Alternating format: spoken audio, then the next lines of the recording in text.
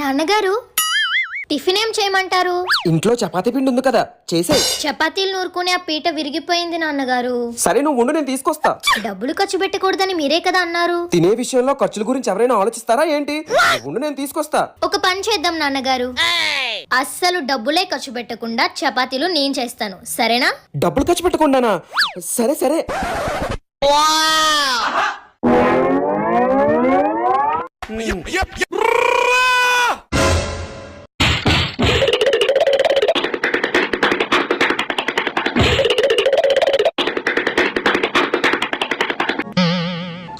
Je vous aimerai,